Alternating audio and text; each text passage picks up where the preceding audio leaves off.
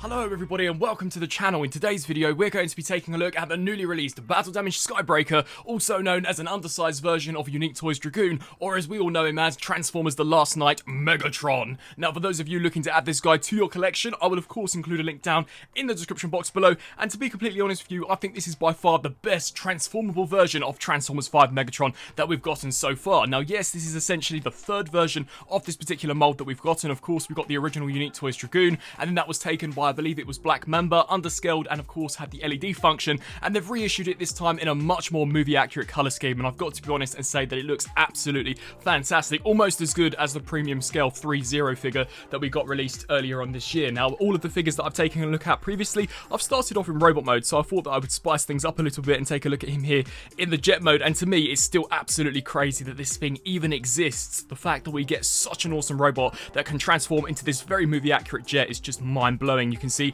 in regards to detail, this time Megatron's been given a complete battle damage paint scheme, which I think looks absolutely fantastic. You can see this really nice weathering effect applied all the way throughout the figure. The Cybertronian hieroglyphs have never looked better, and you can also see some super nice metallic gold highlights scattered throughout this guy, including this wicked looking gold cockpit, and this can in fact actually open to reveal some pretty decent interior detailing. Sadly, I haven't found any figures that can actually fit in there, but it is still a nice feature nonetheless. As we turn our attention here to the side of the figure, you can once again see various different cannons and guns that maybe you wouldn't have been able to see in the actual movie itself, and I just think the paintwork across the board for this piece has just turned out super nicely, especially where that metallic gold is concerned for this area. Just check out that reflective tin, honestly it looks mesmerizing. As we turn our attention here to the back of the figure, of course we've got the fusion cannon slap bang here in the center, and I guess this could act as Megatron's main form of weaponry when in fact actually in jet mode. But as we just spin our attention here to the side, you can see the wings once again being painted and detailed impeccably well. Honestly, this is by far one of the best third-party painted figures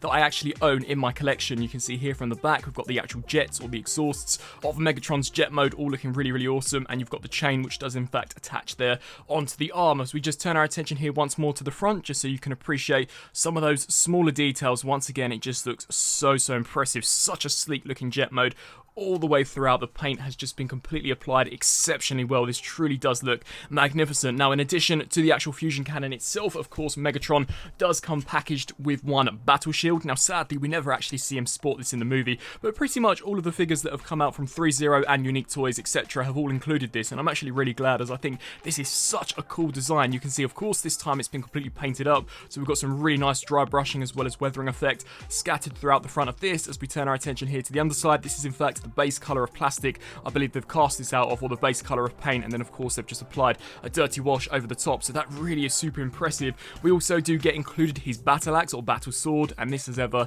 has been detailed and sculpted impeccably well, and of course this time painted really nicely. And just for a very quick comparison, here it is next to the previous version of Skybreaker, so you can see that definitely where that sword is concerned there is a stark difference in colour. This definitely does look rather toy-like when in comparison to this, which really does look like a high-end collectible. And as we just set them here off to the side and take one final look here at the jet mode, I shall in fact actually be skipping the conversion, just as I've already showed it twice already over on the channel, so be sure to check out my original Skybreaker review for those of you who wish to see how this guy does in fact actually transform. So without further ado, let's get Megatron fully transformed from his Cybertronian jet mode into his awesome Cybertronian gladiator robot mode. Honestly, Transformers 5 Megatron's design was one of the best out of the 5 live action Michael Bay movies in my personal opinion, and as I mentioned in the original Skybreaker review, and I believe even in the actual Unique Toys Dragoon review, I think this is by far one of the best Megatrons that have ever been produced. Honestly, this guy is absolutely flawless, and this time done in the brand new colour scheme, honestly, he just looks super awesome.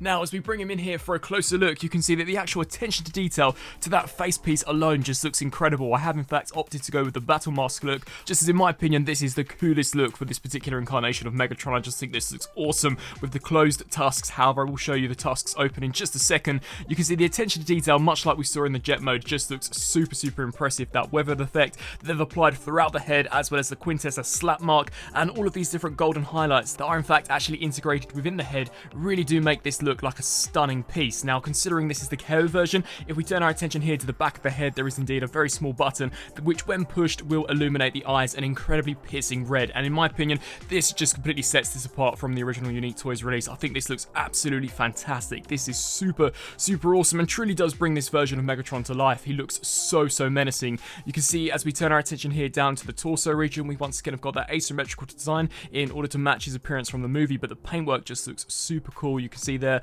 all of the different dry brushing, the weathered effect, giving this guy an incredibly weathered appearance. And as we just spin our attention down to the lower section of the torso, once again you can see some lovely mechanical detailing, some armor plating, as well as some red highlights. And then as we turn our attention here to the shoulders, once again we've got this really awesome jagged spike protruding off to the side for this shoulder, and then a slightly cleaner design going on for this one. But you can see here for this arm we've got the massive fusion cannon actually integrated onto the figure, which I think looks super awesome. You can see all of these different gold highlights, and the actual design to the arms I believe has turned out really nicely. So we've got some lovely metallic red there, and you can see here for the forearms the sculpt work is just super impressive. As we turn our attention down to the skirt piece, despite this being made out of a pliable piece of PVC, they haven't skimped out on the paintwork at all. I think this looks great with the rest of the figure. You can see here for the thighs, all of this has turned out really nicely. You've got some nice golden highlights there, and just spinning our attention finally down to the lower section of Megatron's leg. Once again, some great dry brushing detailing, as well as some wicked golden highlights. Spinning our attention here to the back, something about this particular figure in general is just that he cleans up impeccably well. And to be honest, you probably wouldn't be able to tell this guy could transform. I, for one, definitely can't find any jet mode components on him at all. Unique Toys are truly wizards at what they do, and I think this guy is a prime example of that. Not as good as their most recent Galvatron, but definitely an incredibly awesome looking piece. Now, as we very quickly go through the articulation of Megatron, the head is on a ball joint, so it can look up to a pretty decent range. Sadly, can't look down all that far, but it can tilt side to side as well as look left to right. The shoulder pads are on a hinge and ball joint, so these can manipulate out of the way to allow for the arm to go forwards, backwards, out to the sides on a ratchet joint. Rotation here just above where the elbow is, as well as a single joint at the elbow, which can bend to 90. We do in fact get a full rotation here at the wrist. A hinge joint back and forth. The fingers are in fact individually articulated at 2 points, so you can see, or it's even 3 points. So here at the base, one at the knuckle and then one at the tip, which is really cool. And the same can also be said there for the thumb. Here for the waist, we do indeed get a full rotation, so this can rotate all the way around, although you will have to be slightly wary of the skirt armor attachments, which too can also manipulate out of the way. But these ones here are slightly more obtrusive, but considering the PVC is a lot more flexible when in comparison to the original Unique Toys version, that does allow you to kick the legs pretty much all the way forwards. But then once again, you can see here that they are compromised just merely down to the nature of the design. This is a really poor design choice in my opinion. They can kick back out to the sides to a great degree, although the ratchet joints, I will be honest and say, are not the strongest, so this too is something I wish they could have perfected. We do get a rotation at the upper thigh, as well as a hinge joint here at the knee, which can bend way past 90, and finally here for the foot, these can indeed rock side to side, very limited though, so once again that too is a region that I wish maybe they could have improved upon. Now, you saw earlier on when we were in jet mode that in regards to accessories, we do get included the battle axe or the sword, as well as the fusion cannon. This too also has got an LED, so if you push this button here, you can see how the entire fusion cannon will illuminate this incredibly piercing and fierce red, which I just think looks super cool. This Megatron just looks so aggressive, and of course we do in fact actually get the shield. And a word of caution, I wouldn't recommend actually porting the peg all the way in the forearm, as I for one have found that if you do that and actually try to remove it, more than likely the shield will detach from the ball peg, and the ball peg is super hard to actually get out of the arm, so maybe file this section down before in fact actually integrating it onto the figure. Now, in regards to the actual face design of Megatron, of course, you can have the tusks, or if you do in fact actually split these here open, take this mouthpiece and pull this section here forwards, we can replace this with the actual mouth section of Megatron. And this can be a little fiddly, but it does in fact just shoot in there, and you can see once again the attention to detail on this face sculpt alone just looks incredible. Such an awesome design there for the character. The teeth all individually sculpted as well as painted. We've still got that Quintessa slap mark, which does in fact actually match up with the helmeted piece, which is separate. So in order to actually install the batteries, you will want to pop this cap off. You can see here that he does take two of those very small button cell batteries, and then of course the switch here is on the back, which you can just push on and off to your own desire. So overall, I believe that just about wraps it up here for robot mode. For those of you